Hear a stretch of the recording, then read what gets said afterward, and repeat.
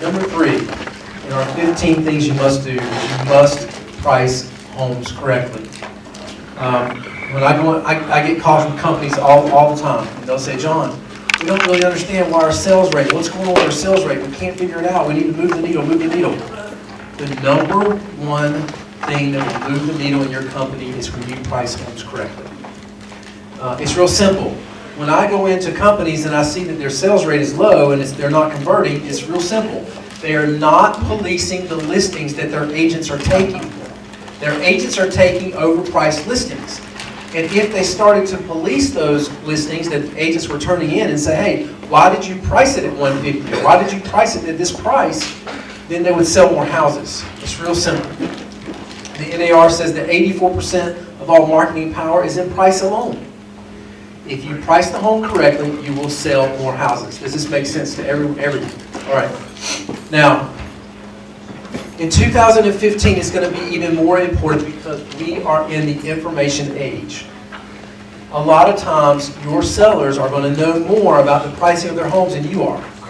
And don't go into that listing presentation assuming that you know more than they do. They may very well know more than you do because they may know of 2 or 3 pocket deals down the street that never made it to the MLS, that aren't in your comp list, okay?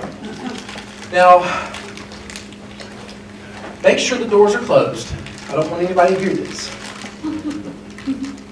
I want you to understand something. When you go to real estate school, they teach you to price homes based on sold comps. This is crazy talk. And I want to tell you why. We live in a capitalistic world, right? Everybody's out to make as much money as possible. If I list a house, would you mind closing that door? All I'm hearing is somebody out there talking. Are you through? Hey, okay, good. Yes, please continue. Okay, thank you. All right. So, if I list a house at 123 Main Street today at $150,000, 3-bedroom, 2-bath, I listed at $150,000. What is my biggest threat? Is my biggest threat a house that's already sold or one that's currently on the market? It is crazy talk to base your pricing off of sold comps. Does everybody get this? Now, listen, don't worry. I know what you're going to say. But John, what about the appraisal? Well, I'll talk about the appraisal in just a minute. All right. So, when you are pricing homes, price them off of the competing houses, not on sold comps. One of my pet peeves, I used to teach my agents this all the time, they really couldn't get it. I know you're an advanced group here in Chattanooga. And I know you're going to get this, okay? If I go into a listing presentation and I tell Mr. and Ms. Johnson your house is worth $150,000, I just lied to you. Your house is not worth $150,000. The house is worth $150,000 times appreciation or depreciation over time. You see, prices are fluid. They're ever changing. Markets are always changing. House prices are either going up and down, and I want to show you why this is extremely important. You have to pay attention the next 10, 15 minutes. You need to pay attention to what I'm telling you, because this right here, the light bulb is going to go off, and you're going to see why sometimes when you list a house, it doesn't sell, and you're going to see why in just a minute, okay? All right, so prices are fluid. There are 3 pricing strategies that every house you list is going to fall into. 3 pricing strategies. You're either going to price higher than the competition, price with the competition, or price lower than the competition. One of those 3 things is going to happen. You're going to price higher, you're going to price with, or you're going to price lower. Now, I know what you're thinking, Shamika. I know what you're thinking. You're thinking, well, duh, John. We know you're going to tell us to price lower than the competition. No. Pricing higher than the competition can be a very viable strategy. If you go out to a neighborhood, let's say it's a tract kind of neighborhood, 3-bedroom, 2-bath, sweet spot, and everything out there is listed at $150, let's just say hypothetically. But you go to your listing. It's got a nicer lot. It has a bigger garage. It has a nice added sunroof. It shows better, shows like a model home. It's got granite countertops. Everything is pristine. Guess what? You should charge more than the competition because it's a better listing. Does that make sense? Pricing higher is definitely a good strategy. Out of these 3 strategies, the one I hate the most is pricing with the competition. You look, act, and feel just like everybody else. Right? Don't be on the fence. Choose one higher or lower. Does that make sense? So pricing higher is definitely a very viable strategy. Pay close attention. Now, remember I said that prices are fluid. Prices are changing. And you need to know if a home is appreciating or depreciating. Appreciation or depreciating. Don't worry about the how. I'm going to tell you how to do it in just a few minutes. I want you to worry now about the why. Why is it important? If I go in and I tell a seller, based on sold comps, their home is worth $150, and I don't take into account appreciation. Right? I want to tell you about a case in Charlotte. Back in the boom around 2003 or so, when things were selling like crazy, we had this area called Lake Norman. And Lake Norman is, anywhere from $800,000 to over $2 million houses. Really high-end houses. There was an agent. She went out to a listing presentation, and she told her sellers, based on sold comps, that their house was worth $1.2 million, based on sold comps. She failed to take into account that the homes were appreciating at a rate of 18% a year, and the average days on the market was 183 days. If you take 183 days times 18% of 1.2 million, guess what? It's a lot of money you just left on the table. So here's what happened. The sellers agreed to list at 1.2 million. The house, I think it was 6 or 7 months later, sold. And the appraisal came back in at $1.595 million. And it just so happens the sellers were both litigation attorneys. They sued the agent. They sued the agent for the difference between her pricing and the appraisal price at closing, and won. And I'll never forget this because it went to court, and the judge, I wasn't there, but the judge asked her, the judge says, well, tell me, how did you come up with your price? And she says, well, Your Honor, I came up with the price based on what they told me to do in real estate school. They told us to base it on sold comps. And the judge laughed at her. He said, you got to be kidding me. You didn't take into account appreciation? You didn't calculate that the house was going up in value? And it gets worse. Not only did she lose, the judge deemed her to be incompetent. When you are judged to be incompetent in a civil lawsuit, your E&O insurance will not cover incompetence. So not only did she lose, she lost big. Now, some of you are thinking, well, John, she shouldn't have lost. She did what she was supposed to do. Duh, no, she didn't. You are supposed to know the market. You're supposed to know the market. And we could argue this till the cows come home. The bottom line is, and by the way, I don't know if you guys know this, it went to appellate court and it went to the state Supreme Court. She lost all 3 times. She lost every time. And who knows what she had to pay legal fees. The bottom line is this. You have to know what you are doing. More than ever before, you have to know. Now, I had one person in one class say, well, John, we don't have a crystal ball. The market might go down.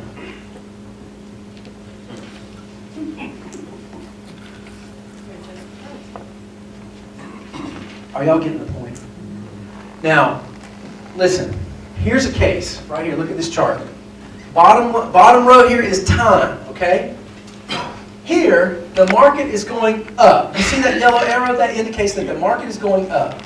The seller decided to price a little higher than the market, and over time, it sold. If you're in a market and the houses are going up in price, the conversation with the seller should really be, how quickly do you want to sell? Does that make sense? Because eventually, even if you overprice it, eventually it will sell. The market will meet the price. Does that make sense? But it's important for you to know the rate of appreciation or depreciation. Now let's look at this one. Here's one where the market was going down. Okay, now for those of you that are pricing homes and you're building in what we call automatic price reductions in the listing period, you're going out and you say, oh, Miss Johnson, don't worry. We'll try your price of $175. We'll start at $175, then we'll go down to $165, then we'll go down to $155, right? That's what we call automated price reduction in the listing period. stop the madness. Just stop. The NAR says that when you do that, it takes 3 times longer to sell than if you had priced it correctly from day one. Can anybody tell me why? The reason why is you're missing out on what's called the golden period on the market. The golden period is the first 30 to 45 days on the market. You see, right now, this very minute in Chattanooga, there is someone out there looking for that 3-bedroom, 2-bath house that you're getting ready to list. It's called a pent-up buyer. Like me, I'm a pent-up buyer in Sarasota. I'm going to buy a house in Siesta Key. As soon as it comes on the market, I'm waiting, right? But if they list it and it's overpriced, I'm not even going to look at it. Does that make sense? And the same with you. Right now, there's people that's looking for that 3-bedroom, 2-bath at $150. And if you price it at $175 to start, you're missing out on the golden period, on the most activity you're going to ever get is that first time it comes on the market. And right here, now check this out. So the rate of depreciation here, they priced it higher than the market, and they cut and they cut and they cut. I want to give you an example of this. I had a case. It was an uptown condo, and my sellers, I was the second realtor that they interviewed, and I went out, and the first realtor that went out came up with basically the same price that I did, which was $312,000. No, I take that back. It's $326,000. $326,000, and that's exactly what the other realtor had told him as well. But this is what I told him. I said, Mr. and Ms. Johnson, I want to assure you that I'm the right realtor. Let me tell you why. I just got you more money than my competitor will ever get you. You see, they're telling you your home is worth $326,000. It's not worth $326,000. Your condo, this condominium complex, is depreciating at $998 a month. Basically $1,000 a month. So if you price your home at $326,000, a year from now, it still will not have sold, and you're going to be wondering why. Well, here's why. You haven't taken in depreciation. The average days on the market here is 183 days. So if I take 312 times appreciation over time, your home is really not worth 326. It's worth about 312. So I want to price it around 318, 317 right now and get below the market, get below this market cut. You see what happened here is they priced and priced, but they never cut deep enough. They didn't cut it low enough to get to the market. Does that make sense? So I want to price it at 318 right now. Even at 318, Mr. and Ms. Johnson, it's like you bought IBM stock, you paid $100 a share. Well, now it's down to $83 a share, and it's continuing to go down. If we don't cut deep enough, you're never going to sell. A year from now, you're going to be priced at 326, and you will have lost 18% or 7%, whatever the depreciation is. Does that make sense? I just got you more money, even though we're pricing it lower, because I'm going to actually sell it. If you price it higher, what my competition is telling you, you will still not have sold it, and you will have lost depreciation, $1,000 a month. Does that make sense? Okay. I love these charts though too, because when you show a seller these charts, they get it. It's hard when you're sitting there talking to people, they don't really understand this, but a picture is worth a what? Here's one. Here's one where the market is flat, okay?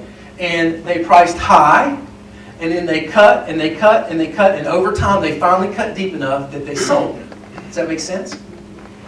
Now, just imagine, Mr. and Ms. Johnson, just imagine if we price it correctly from day one, what will happen? It'll sell quicker. Does that make sense? All right, now I don't have time. I teach an entire class on strategic pricing. It's a 4-hour class. I don't have time to do all that with you. Just remember, moving forward, prices are fluid. They're ever changing, and the minute you list a house in Ottawa, did I say it right? The minute you list a house in Ottawa, you need to set yourself up as a buyer so that anything new that comes on the market, you're aware of first. The last thing you want is your sellers calling you.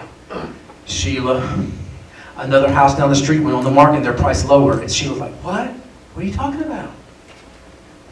You don't ever want to be in that position. You want to be first. You want to be the one calling. Mr. and Ms. Johnson, hey, I don't know if you know, but a house came on the market. just down the street from you. And this could affect our pricing. We need to price to the competition. Remember our strategy? Price it to the competition. Well, they're priced lower than you. We need to drop our price. Are y'all with me? That's the type of service you need to be providing to your sellers. By the way, I bet your competition isn't doing that. They're not notifying their sellers that things are coming on the market. What a great way to pick up the phone. I'm just saying, pick up the phone. All right, it's real simple formula here. If the home is overpriced, it means more time on the market. More time on the market means a reduced chance of selling, and a reduced chance of selling means a lower sales price for the seller. It's really interesting, the psychology or the brain, the way the brain works as a seller. Why is the seller going to take less if they overprice? Anybody? Because they're still in it. I mean, the number they settle on is still above where they would have been anyway. Well, not necessarily. Tired of it sitting on the market. Yeah. So it's really interesting, the mindset of a seller. When they go in on day one, they're all excited.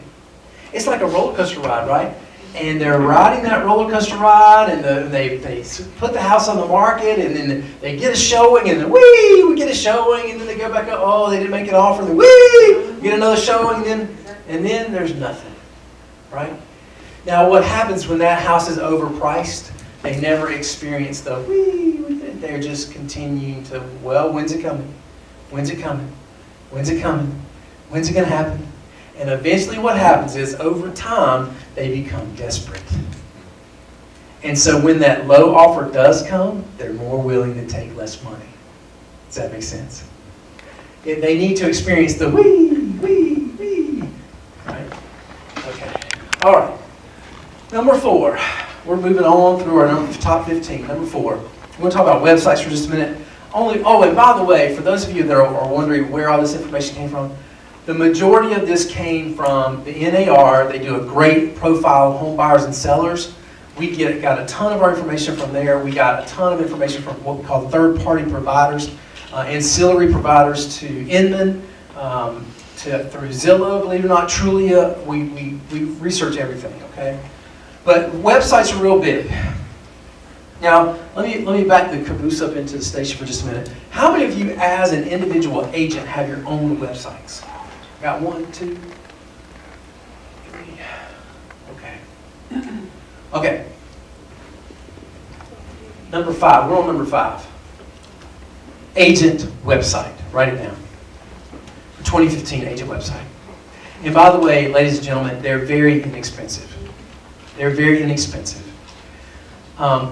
I believe to really be successful in what I call now terms, you have to have a website, guys. You have to have a website. They're pretty inexpensive to get. In fact, the ERA.com, I'm not here to sell you a website, but the ERA.com website, you can get your own ERA.com. Instead of it saying ERA BLUEKEY, it'll say ERA John Horn. Have your name. It's like $400 a year. It's the cheapest website you'll ever buy. It's just like the BLUEKEY website. Does that make sense, Joe? So if you have no other resource, if you're going to spend some money this year, spend it on a website. Okay, very, very important. NAR has done tons of consumer profiling online. It's very easy to measure what people do online. And here's what we found. Number 1, websites must have a map search feature. For us, we're moving to Siesta Key. We want to be on the water, so it's important. When we see a house, we're looking on the map to see where it is to the water. The other thing I'm looking for is deep water. Why am I looking for deep water? I'm not planning on killing my wife. Although the thought just crossed my mind. Yeah. I'm looking for deep water, right? Because I'm hoping that I can buy a big boat. So the map is imperative for me. It's extremely important. It's important for all consumers. We know this because they're looking mainly for one thing: schools. They're looking to see how close their house is to the school of their choice. And if they can't physically see it on a map, or they could possibly be looking to see how close they are to their work, how long the commute is, how close are they to the highways. All those things are important. Customer testimonials and feedback sections are imperative. One of the things we know from Zillow and Trulia or Realtor.com, if I go and I'm looking at Chattanooga homes on Zillow, and 3 or 4 agents pop up, I'm looking on the right. If there's an agent there that doesn't have testimonials, I don't even click there. Does that make sense? Consumers just dismiss you if you don't have customer testimonials and feedback. You have to make it a part of your compensation plan. All right? Registration and history recollection. The website we're using is Siesta Key. I have a username and password, and my wife also shares that. So like she called me last night, as a matter of fact. She called me, she said, "John, did you see that yellow house?" I'm like, "What you talking about?" "The yellow house." I said, "Hold on a minute, let me log into our account." And I logged in, and it was the last one that she looked at. I could recall the history of what we're seeing. Does that make sense? Registration and history feedback. This is basically a username and password. They can create their own username and password. A direct response or contact me button. We'll talk about that. And then auto notify of new listings. I'm guessing that your MLS does that already. Right? If I'm a buyer in Chattanooga, I can go in and say, I want to look at 3-bedroom, 2-bath houses in Ottawa. Right? And it'll automatically notify me of a new listing. Say yes? Yes. Okay, good. All right. So on the ERA.com website, this is the contact me button. You can see I just put in Joe Blow so they can fill out the information here. And you see this share button? So your listing is there and you want to share it with your friends. You click share and it'll say, where do you want to share it? You can email it, you can Facebook it, you can Twitter it, Google+. By the way, are y'all on Google+? Anybody? I see one person. Okay, good. Write that down, Google+. Are y'all on Circles? Are y'all a Circle person? Are you circling yet? Oh, really? Circle. I'm in a circle. I don't know why. I know. I didn't know how I did it, but I did it. Well, here's what it is. Here's what I think is going on. Google is trying to make a play on Facebook. Okay? But it'll never happen. All right. And next, ask a question. Why is the ask a question button or the contact me button so important? It's because people are doing business out of their pockets. They're having we do it all the time. New listing comes up. I pull out my phone, I open up the listing, and I can hit a contact me button and send it directly to the agent. That is important to have because, and I don't know how, I travel all the time. If you get a chance when you go to the airport, just look around and see if you see people on their laptops. Nobody is pulling out their laptops anymore. You know why? They're doing it on their phones. Why am I going to lug around and pull out my laptop when I can just pull it out and do it on my phone? I get all my work emails on my phone, all my email from my Gmail accounts on my phone. Everything is done in my pocket. I recently sold a van, a big old Toyota Sienna minivan, on eBay from my phone. I took the pictures with my phone, I put it on eBay with my phone, and I sold it on my phone. Guess what you're going to be doing with houses? Okay, so on the ERA.com, here's the map, what the map feature looks like. Oh, we've already talked about this a little bit, but let's talk about YouTube. We'll sit down here. Yep. Somebody's phone's ringing. Second largest search engine. It's very important. So, number 6 on our list over here. YouTube channel for everybody here. Everybody needs their own YouTube channel. Now let's just talk about, number 1, it's free. Your YouTube channel is free. All you need is a Gmail account. What are some things you could put on your YouTube channel? Video, oh great, love it. Customer testimonials. Customers walking through the door for the first time. A+, gold star, get yourself a cookie. For sure. What else could you put on your YouTube channel? Your listings. Guess what? ERA creates a video for all of your listings. So just simply copy and paste the link over to your YouTube channel. What else? What else could you put on your YouTube channel? Any update you do for your blog. Yes. Hey, this is John Horn, Mr. Ottawa. Just want to let you know that the market in Ottawa is up 6% this year. Congratulations, they got a new teacher over there at the elementary school. We think that's affecting real estate prices. Right? A video update from you. What else? What else could you put on your YouTube channel?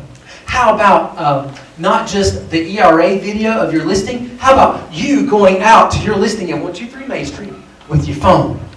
Hey, ladies and gentlemen, this is my new city, 123 Main Street. Let's go up to the front door. Let's see if the doorbell works. Ding dong. Yeah, doorbell works. Let's keep going. Oh, look at this nice parquet floor. Oh, look, you got to put this little kitchen countertop's got a little ding in it. It's good, but this is great granite countertops. Oh, let's look. Over here's the little power room. It's just got a pedestal sink.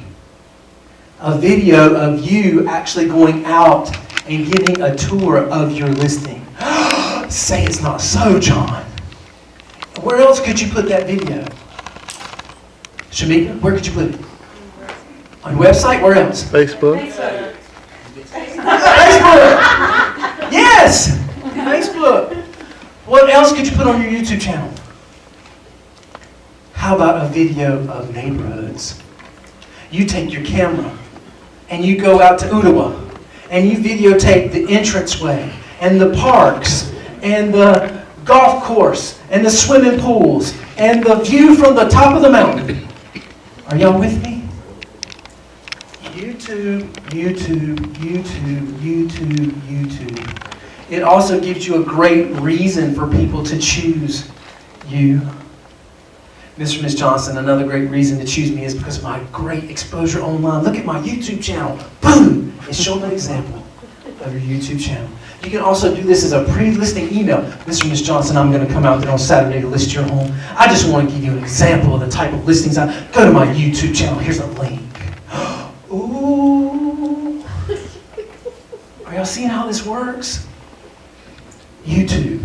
We got it on the list, right? Say yes? Yes. Okay, good. When you get your YouTube channel put up, I want y'all to email them to me. I want to see them. Okay, number 5. We kind of talked about this a little bit over here. Sourcing leads online. I want to talk to you about that for just a few minutes. I'm not going to go into too much detail with this because most of y'all don't even have a website. So, once you... Yes, Billy.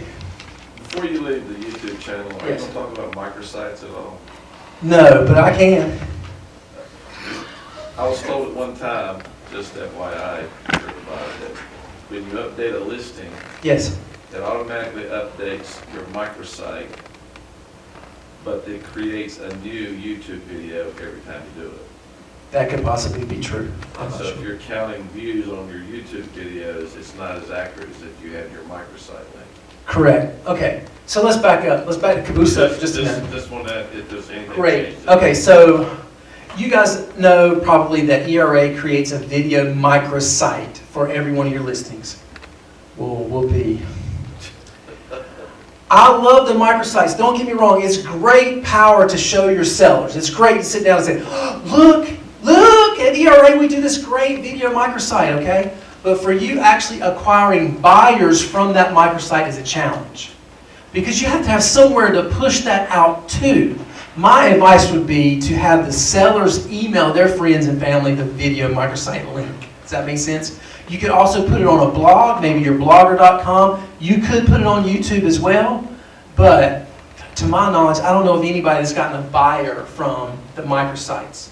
But it's a great seller tool to use when going for a listing. Does that make sense? Not to say that you can't get buyers, you could if someone could find it, right? But they got to find that, and there's a lot of stuff competing, like Zillow and Trulia. You know, they're going to find Zillow before they find your microsite. I'm sorry to say. Are y'all with me? But they're very powerful tools, I think, for sellers. I'm not trying to downplay it, but I'm a real guy. Truth. The truth will set you up. Free. It's a seller tool. Use it to show off your seller to your sellers. Okay, let's talk about this real quick.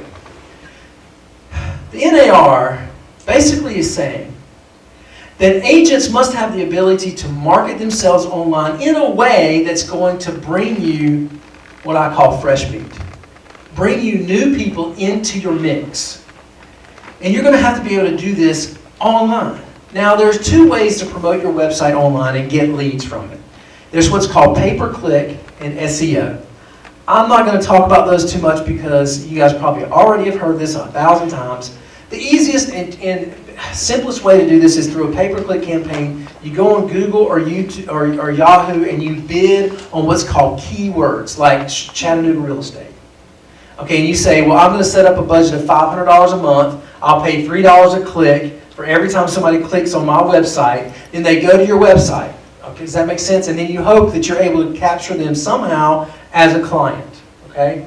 That's the process. So that's one way to do it. The next way is called SEO, or search engine optimization. Well, I want to tell you, you guys are very fortunate. Pat yourself on the back real quick. Pat yourself on the back. Pat yourself on the back. Pat yourself on the back. Because I Googled Chattanooga real estate, guess who came up number one? ERA, Shipley team, number one. ERA, Shipley team. This is important. Now, this is a great testament to you guys and what you're doing. Because it's hard. It's hard to get to be number one on Google. It really is. But for most, what I would call everyday kind of common agent, it's going to be very hard to compete and be on SEO level. Does that make sense? And expensive. Is that on the natural or on the pay-per-click? It was on the natural side. And y'all know the difference? The natural side is on the left-hand side, the 1, 2, or 3 that comes up from Google. The right-hand side are paid ads, and so is the top, like 2 or 3 rows are paid.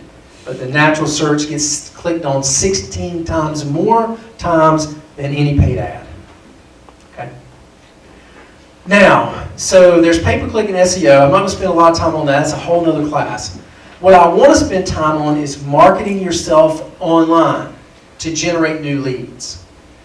We've already talked about the power of YouTube and blog setting up a blog, farming, all that stuff. The problem with the internet is people have to be able to find you. Right? And a lot of people, they don't know that you're out there, right? So you have to figure out a way to get people to come find you. And there's all different kinds of ways to do it. The easiest way that I think you can do it is through what I told you earlier for the farming strategy. You create a blog that talks about an area, and then you send out notifications to tell people to come to your blog. Does that make sense? That's, for me, a real easy way to find it. There's other ways. Like, for example, you can sponsor a bowling league, for example, and create a Facebook page for that bowling league and have everyone in the league come to your Facebook page. Does that make sense? But marketing yourself online, think of it like this. And I kind of missed this earlier. You need to have the mindset that you are you're a movie director. And your production is what you put out online. Every single listing, you need to think of it like you're creating a little movie for that house. And you're the director. And you're in charge of the scenery, you're in charge of the staging of that house, you're in charge of the lighting, you're in charge of everything, the presentation that's going to go out. Well, the same thing with your online presence about you. I kind of look at this in 2 different ways. One is showcasing a listing, and another is showcasing you. Does that make sense?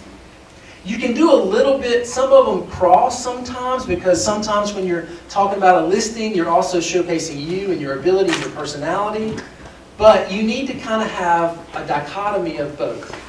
Your YouTube channel is a great outlet for being able to tell the world about you. And you can also do this through Facebook, although I want you to kind of stay away from Facebook too much because Facebook does not allow you to advertise on your personal site. Okay, I could give a flip less about Facebook rules. What I care about is the number one way people will befriend you if they think you're trying to sell them something. Does that make sense? So if you're out there putting, oh, look at my new listing, and you put a picture of your listing, 3-bedroom, 2-bath, stop it. Stop. Delete, unfriend, unfriend, unfriend. It's the number one way. Do you know the number 2 way to get unfriended in America? Politics. You show up on my Facebook talking about Obama and I'm deleting you. I don't have time for it. I don't want to know. Get the noise out. And the third thing I want to talk about with social media is this. Shamika, social media. Third thing I want to talk about is whenever you post something, make sure you are posting something positive. Do not ever post anything negative. Always post positive, uplifting things. Always think of this as kind of a message to the world, an uplifting message of positivity. I think if you push out positivity, guess what will come back? Positivity. Always be encouraging. Don't ever post things making fun of people. you know, even so much as staying away from posting some of those funny videos, although I like some of those. Post positive things, congratulations, and I want each of you today, this afternoon, I want you to post about sending a kid to camp. I want you to get on your Facebook page and say, John Horn was at our office, and we are so inspired about sending a kid to MDA camp that we are going to do it at BLUEKEY. Now, what a great positive message. Are you with me? That is the kind of thing that your social media is for. And always end your post with a question, and you'll get more comments, right? And that question can be, at ERA BLUEKEY, we're sending kids to camp. Put a link to that video. By the way, that video is on YouTube. Put a link to that video and say, we're sending kids to camp. Who's with us? And watch and see what happens. Shamika, you with me? That's what's going to get you tons and tons of stuff online. Okay, so marketing your services online. I want to stop one more quick second about this, okay? Before you can put your YouTube video out there about you have to know who you are. Remember earlier, the very first thing I said is, what is your message to the world? Why should someone choose you? Spend some time in thought.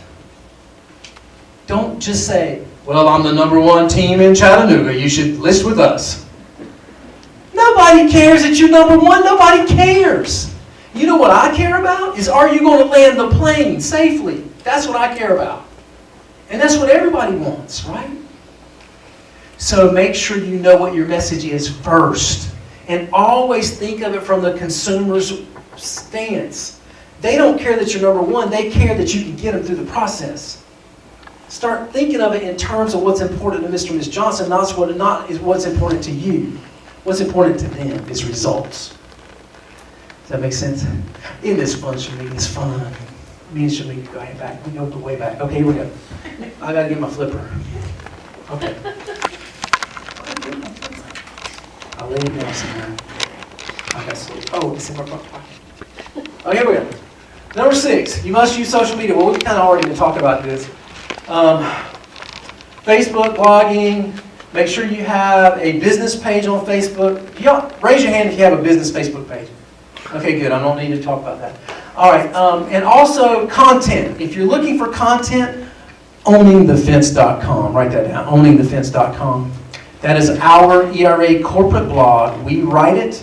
It is Facebook and social media friendly. It will not be in violation of any Facebook rules, and you can post till the cows come home.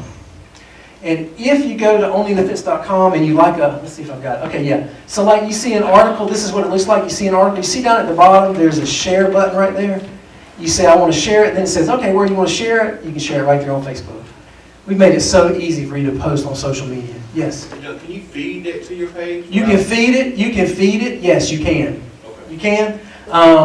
I don't exactly know why, but I want to caution you about that. You might not want to. Because there may be some stuff that we write that you may not want to write. Okay. Does that make sense? Like there may be an article about derivative marketing, the bad papers on the back. You might not want. So screen what you're putting on there. Okay. All right. Okay. Being seen as the community resource, top producers. This is a big trend right now with top producers. Top producers are of the mindset, you can call us at Team Heidi for anything. Barbershops, dentist offices, new restaurants. You want a good podiatrist, you call us. Do y'all remember, I don't know if y'all remember this, but when I first started in real estate, we had a sheet that we would give to home buyers and home sellers that were moving that had a list of like the utilities, like the Duke Power and the cable, Time Warner Cable. We'd have a list of phone numbers for them to call. Imagine that, but taking it 1,000 times deeper. That's what's being seen as the community resource. You, congratulations, you are the Yellow Pages. You are the Yellow Pages.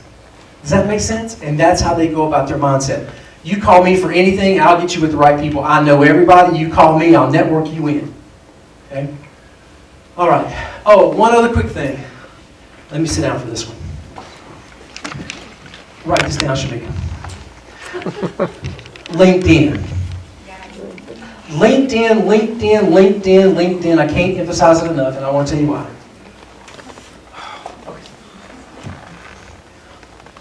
LinkedIn. Make sure you have a LinkedIn page and a LinkedIn membership. It's free. You just need the free version unless you're the recruiter for the company. If you're the recruiter, you need the paid version.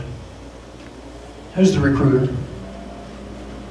Y'all don't care if agents come to work here. If you're the recruiter, you need the paid version because you're going to need to reach out to agents on LinkedIn. I would be sending emails to agents on LinkedIn. All right, now, Shamika, you may be wondering, why? Here's why you need to be on LinkedIn. You see, they're smart. LinkedIn has set up their algorithms and their back-end stuff to be very, very friendly with Google. So, if somebody's out, well, and I'm not a great example, but let's just say that John Horn was not published and I was just a regular realtor, okay? If you typed in John Horn on Google, the very first thing that's going to come up is my LinkedIn page. Does that make sense? So if you tell somebody, oh, just Google me, you'll be able to find me, they're finding your name through your LinkedIn page. That's the first thing typically that comes up. Does that make sense? So you just got to have one.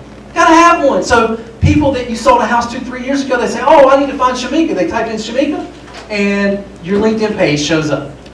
Does that make sense?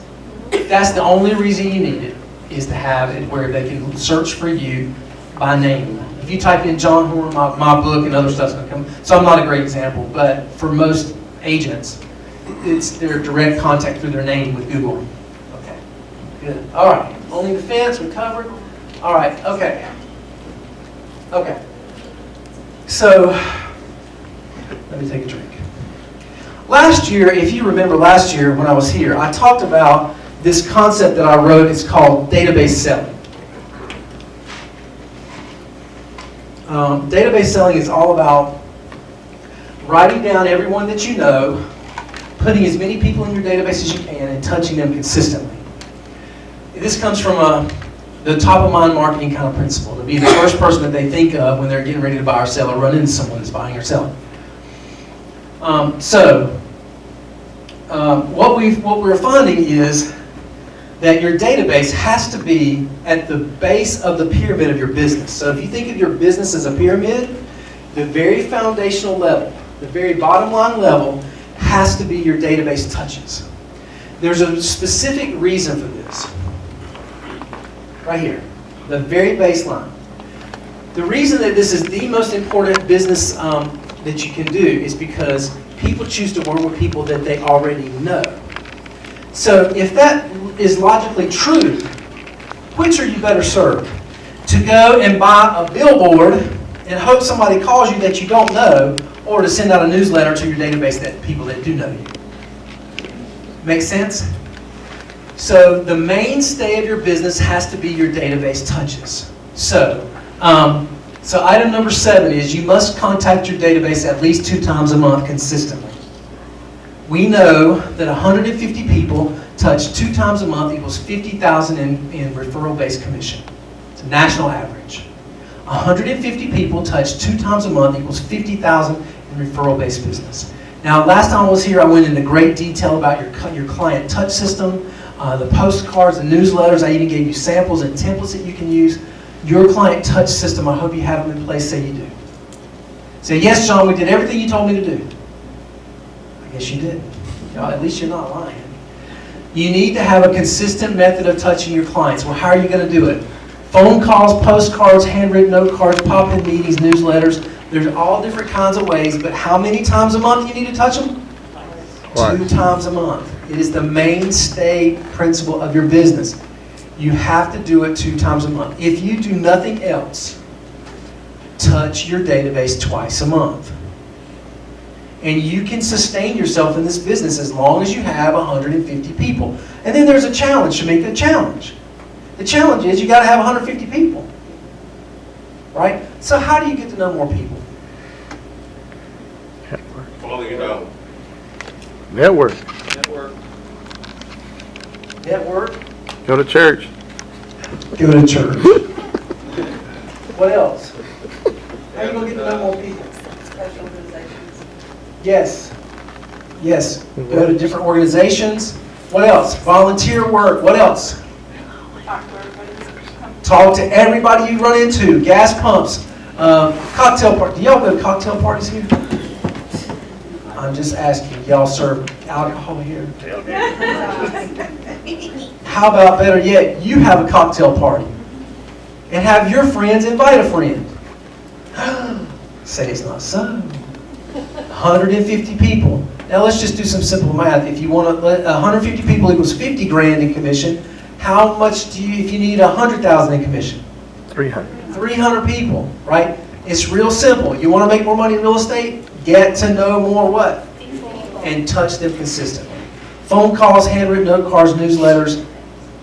Please do them. I don't know what else to say to you than other than do it. Just do it. Send them out. Okay? All right. Number 8, you must advertise. We've already talked about this a little bit. Advertising is extremely important. I would say, are the doors closed? Nobody's out there, right, from our competition, right? Nobody's out there, okay. Please don't shoot the messenger when I tell you this. First, let me give you a disclaimer. I hate Zillow. I hate it. But you know the old saying, if you can't beat them? Join them. And let me just tell y'all something. Realogy has a budget larger than the country of Greece. It's an $8 billion budget. And we can't beat them. And we've tried. So, yeah, somebody asked me earlier if I was going to advertise online. If I were going to spend some money online, it would be Zillow, Trulia, or Realtor.com. It would be some online piece like that where possibly I can buy a zip code or some kind of region. Does that make sense? But let me just tell y'all something. I want to lay the gauntlet down right here and now. Because Aaron and them, these guys, they know it. If you go to Aaron and you say, Aaron, I'm really thinking about signing up for Zillow, the very first thing he's going to say to you is, prove to me you've touched your database twice a month. Because until you do that, until you touch your database twice a month, you cannot move up the ladder. You see this? The next step is a basic advertising media, and the top would be TV and radio, right? Now I'm just going to tell y'all the truth. Whenever I see an agent or a team doing TV and radio, it's because they're making so much money they got to do something with their money. That's what happened to me. I was making so much money, and if I didn't reinvest the money in my business, the government was going to take like 50% of it. So rather than pay the government my money, I did radio ads. Does that make sense? So, but you got to go a long way before you get there. So the first step, touch the people you know first. I used to have agents that would come to me. We had a rule at our company at Wilkinson that if you wanted to do any print advertising, you had to come and get it approved through the broker in charge, right? And I was supposed to be looking at things like fair housing laws and making sure all the stuff is correct on there, right? So I have these agents that come and they say, oh, John, we want to do this great $600 Homes and Land magazine ad, right? And I'll say, great. I tell you what, I'm so excited. I'll let you do the ad. But first, prove to me that you've touched your database. Go back to your desk and call everyone you know. And once you've done that, then you come back and I'll let you run the ad. How many times do you ever think they came back and run the ad? Never. They never came back. You know why? They went back and called 25 people and they got a lead. They got a referral. They found somebody that was currently paying rent that needed to buy a house, right? And they never came back. This is what I'm telling you. You have to touch your database first, then start moving out to other areas of advertising, okay? Good so far? All right. Okay, touching your database how many times a month? Twice. Good. Must advertise. Here's some different mediums. Television, print, radio, billboards. I teach an entire class on the type of advertising and what's called the ROI, return on investment for every type of advertising. Okay? I'm not going to go through all that, but here's some different types. All right, number 9. You must get great customer testimonials. How do you get a testimonial? Yeah, you can ask for it. Write it and have them approve. Yes. Say it real loud. Write it and have them. Yes. Yeah, he said write it and have them approve it. You know, the problem is if you say, hey, Mr. Miss Johnson, would you write a great testimonial about working with me? And they say, oh yeah, they're never going to write what you want them to write. So you write it and send it to them in an email and say, Mr. Miss Johnson, is it okay if I said that you said this for my marketing? And they're going to write back and say, oh, of course, John, whatever you need. People want to inherently help you. They like you, right? So just write it. Just write what you want them to say and then get their permission. People are not naturally writers. Okay? One other quick thing. The customer service satisfaction survey from ERA, are y'all receiving those back? Some are saying yes. Some are saying no. Okay, if you're not receiving the surveys back, you can go into Team ERA and you can put in their email address and resend it to them. But before you do that, it might not be a bad idea to pick up the phone and call them and say, Ms. Johnson, I'm getting ready to email you a quick little survey that ERA sends out about your experience with me. And you can resend it. Yes? Okay. Does that function allow for the agent to initiate that as opposed to having it done automatically? He said, does that allow the agent to instigate that, or does it still have to be automated? The agent can do it now. The agent can do it. In exclusive to the fact that ERA would automatically send it out. That is correct. He said exclusively to the fact that ERA would automatically do that. That is correct. Okay, and the last question is it's pretty intuitive to go into Team ERA and set that up? For me, it's pretty easy to do. So as long as you can remember your password to get into Team ERA, then you can go into the customer service satisfaction survey area and you just put in their email address and send it. It's completely free as a service to you. In fact, now we're kind of encouraging people to go back and resend them if you need more testimonials. So when you say go back and resend them, where is that getting initiated in the first place if the agent didn't do that? Great. He said, where is it originating in the first place? So here's the way it works. You have a buyer client. It's for buyers. So you're going to need to get them for sellers outside of this. So a buyer client, and they close, let's say they close today. As long as your company pays the bill, their franchise bill to ERA within 30 days, it goes out automatically. Does that make sense? So there's a couple of rules with that, which you as an agent don't really need to worry about. The company takes care of all that. So as long as it's paid within 30 days and you provide an email address in Crest, the email address must be provided upon entry into Crest, then it will go out.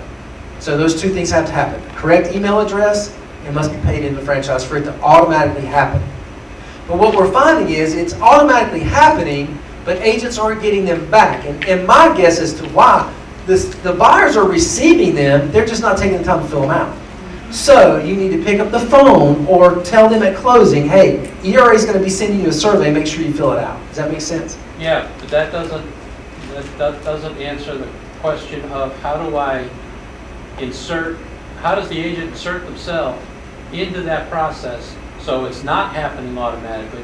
Because I can tell you sitting here, there are buyers that are thrilled to death with us, and at the end of a process through no fault of our own, but because we are the face of that transaction, that they're not happy at all. Yep. You know, I mean, that just seems to me to be an issue. Gary, that's a great question. Unfortunately, you can't turn it off. You can't turn it off. It's a great question. An email address. Just don't put in the email address. By then, it's probably too late. But Well, if we get an email address, that horse has left that barn. right? Yeah, the horse has left the barn. If we get an email address and it's paid, it's going to go out. Does that make sense? So you just don't. That testimonial that you get back, just don't put it online. See, it's up to you to put it out there for the world. We don't put it anywhere. We don't share it with anybody. It comes straight to you. Okay, only to the agent. I'm not sure. Not It to may the come to your broker, not manager. to the Aaron, does it come to the manager? Yeah, we can see it. The managers can see it. The managers can see it. Yeah. Everybody good? All right. Okay.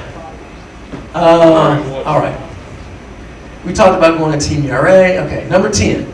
You must use some type of e-signature software. DocuSign, .loop, zip forms, some kind of e-signature. This, by the way, this is a consumer-driven thing. This is not that we do it because we like it. This is the consumers are demanding it. Well, what do y'all use here? .loop. So I don't have to convince y'all, right? The interesting thing about this is I think they surveyed 800 buyers and sellers. And the one thing that came to the top of the list every time was people love this service. And they didn't just say DocuSign or Doc, they called it an e-signature service. So this is a must-have. If y'all are already using it, I'm not going to beat a dead horse, okay? Number 11, you have to know your numbers. I kind of have been talking about this all day, but I want to kind of run through this one more time. Guys, you have to know your numbers. Shamika, if I see you later tonight at the club, we'll have some tequila, and I say, Shamika, where are houses selling? How much are they selling for? Are you going to know? What's the rate of appreciation in Chattanooga? Are houses going up? Or are they going down?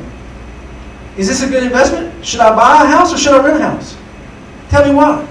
All these things are basic knowledge kind of things that you need to know. Does that make sense? Shamika, what's the current interest rate? What's the interest rate today? How much can I borrow money for? What's the current, by the way, who knows the current interest rate? Is this over tequilas here? Right, we're still drinking. We're still drinking. My guy said 4. Does anybody know what the interest rate is? No, it said it went to 4. My lender said it went to 4 yesterday. Yeah, and it depends on the person. It just took a bump up. It just took a bump up to 4. What's that for? All right, but you get the point. You should know. Guys, we're in the information age. They expect you to, this is part of having air in your tires, fuel in your wings, the latest version of the software in your navigation computer. You need to know. All right, number 12, you must be seeing this community resource. We talked about that. Number 13, I want to spend some time here. We talked about this at lunch. My table was an advanced table at lunch. And we talked about this at lunch. So I want to stop for just a minute. Take me a little drink here. You must become more familiar with home repairs and be able to rate the health of a home. The NAR has spent a ton of money and time researching this, and I want to tell you what's going on. So you may be thinking, well, oh, and by the way, they're very clear, make it very clear, they don't expect you to be a home inspector, okay? They understand. But what they do expect is that if Shamika's my agent, if Shamika goes out with me and she shows me a house, she should be able to say, you know what, Mr. Horn, you see that roof? Mr. Horn, I'm a little bit concerned about that roof. It doesn't look like it's quite right to me. It might be coming to the end of its life. We need to get that checked out. Shamika should have the basic knowledge to be able to rate the health of a home. And then I should be able to look over her and say, Shamika, on a scale of 1 to 10, 10 being the Taj Mahal, the best house I could buy, what would you give this house? And she says, well, Mr. Horn, I think I'd give it about 6. You see, she's rating the health of the home. Do y'all feel like you could do that? Some of you are shaking your head yes. Some of you are shaking your head no. Billy and Sheila, where's Aaron? The managers, listen. Here's what I want you to do. I want you guys to schedule a general contractor that does remodeling to come here and talk to this group. We got one in now. Okay, good. And this general contractor, now the reason I choose a general contractor, not an inspector, I don't know if y'all know this, but a general contractor trumps an inspector. Do y'all know that? It's the number one, well, yeah, you could be both. You could be both. But a general contractor has this like seal that they can put on a piece of paper. And here's what, the doors are closed, right? When I would get a home inspection, that report would come back and there'd be, like 32 things on that inspection report. And half of them are the toilet is loose or the nail pop on the roof. You know those things, right? The very first thing I would do is call my general contractor friend, Vernon Allen. Vernon Allen is my general contractor. I say, Vernon, listen, there's a couple of items on here that may or may not really need to be repaired, and I'll give you some of the work, but I want you to write a letter to the buyer, letting them know that 9 out of 10 of these things are normal wear and tear. Normal maintenance items, normal wear and tear. Trump, that home inspector I just trumped because my general contractor said normal wear and tear. Does that make sense? A general contractor trumps a home inspector. That right there was worth the price of admission to help you negotiate repairs a lot smoother. Y'all need to make a friend of a general contractor. Buy him a drink. Tequila sunrise. I find they like tequila. Okay? Are y'all, Shamika's with me? Okay. All right. Now let's get back to this. Home repairs. Houses in America are getting older. That's why the NAR is pressing this. Homes in America are getting older. We hit a rut in America for about 6 years where builders stopped building. Are y'all with me? So they know that homes are getting older. And there's basic things here. Roof, plumbing, electrical. Listen, if you go upstairs, if you go upstairs to the popcorn ceiling, y'all have popcorn ceilings? The popcorn ceiling's got a yellow stain on it. First thing you think is what? They have a leaky what? They got a leak in the roof, right? But I want you to take it a step further. Guys, if you see the yellow stain in the ceiling, the next thing you need to start thinking about is right there. Electrical. Because if water got in behind those walls, at some point water touched what? An electrical outlet somewhere in that house. You also, with regards to electrical, so my wife and I, we sold our house and we're in this little dumpy little rental house just until we can get down to Siesta Key. And I didn't know anything really about electrical, but I should have looked at the electrical box. It has these cylindrical tube kind of things in it. Y'all know what I'm talking about? Yes? Now here's the problem. These tube-like fuses, I guess fuses or whatever, breakers, whatever they're called, those are from 1974. And I'm using 2015 appliances. There's a problem. Because these appliances, these 2015 appliances are drawing more power than those little things can handle. Are y'all with me? Take a look. Oops. Take a look at the electrical panel when you go in a house. Just take a look at it. If you see things jerry-rigged up in there and cables coming out, like this cable over here on the wall, like that, you might want to call, or over there, you might want to call somebody if you see that in the electrical box. Are y'all with me? Okay, now, y'all might be thinking, well, John Horn, he's full of bunk. This ain't true. Guess what? The NAR has taken this so far, they created this field guide to remodeling to highlight the values to sellers. It's right on their website. Write that down, NAR website. Go to the NAR website, and you can pull this up. Now look at this. 2013-14, cost versus value. Remodeling pays off, what does that say? Big time. Big time. Watch this. Look at this. There, and I just copied and pasted this. I stole it from the NAR. Don't tell nobody. But look, this is mid-range projects, the best bang for your buck. Guess what the #1 best bang for your buck is? The entry door. The front door. Y'all, do you know you can take a front door and just put one of those metal kick plates on the door, and it'll completely dress up that door. And why is this so important? Here's why. The average home buyer makes up their mind in 42 seconds. You have 42 seconds from the time they open the car door till they make up their mind about that house. It's true. How many times you pull up to a house and they say, oh, Shamika, we don't even need to get out of the car on this one. We don't even need to get out of the car. I'm not buying this house. They make up their mind in 40. So as a listing agent, your job is to keep them in the house longer. It's a continuum. The longer they're in the house, the more likely they are to what? Buy it, right? Okay, now, so there's all kind of stuff in here. I did a little bit more research for you. Watch this. So here's the door with the kick plate. Dresses it up. Look at this one. So the study shows they talk a lot about siding. Do y'all have siding here, like vinyl siding? Okay. Power washing. Power washing is very good for vinyl siding houses. Make sure, because it makes the house pop. And the other thing that the article talks about is the contrast of colors. You see, I know you guys don't do cedar shade, but the contrast, you see the contrast? Now, one other quick thing with vinyl sided homes. Pay attention. Paint the trim.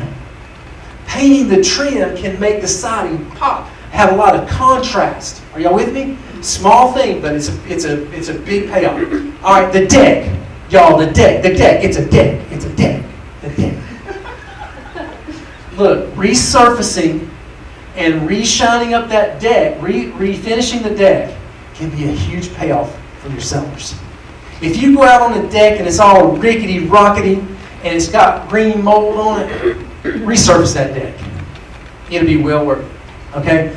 Garage doors. Now, I got to tell you, I didn't know, Shamika, I didn't know. Do you know that you can buy a kit at Lowe's or Home Depot? Did y'all know this? You can buy a kit and it'll dress up that garage door.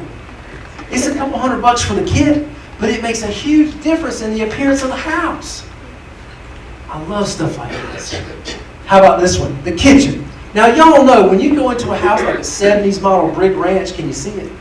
You go in there, the very first thing you think is kitchens and cabinets, cabinets and countertops, right? But I want you to look at something else. You can paint the cabinets, right? But look at this. Look at the floor. Changing out the floor, that old linoleum floor, and putting in something like slate or hardwood could be very inexpensive and an easy way to dress up that kitchen and bring you a lot more money. And the reason it's inexpensive is because the footprint for the kitchen is typically small. So it's not a lot of work to go in there. Well, it's a lot of work, but it's not. It's very expensive to go in and change that floor. Does that make sense? The floor. Don't look automatically at the cabinets. Look at the floor. Could be an easy alternative for you. All right. Everybody good so far?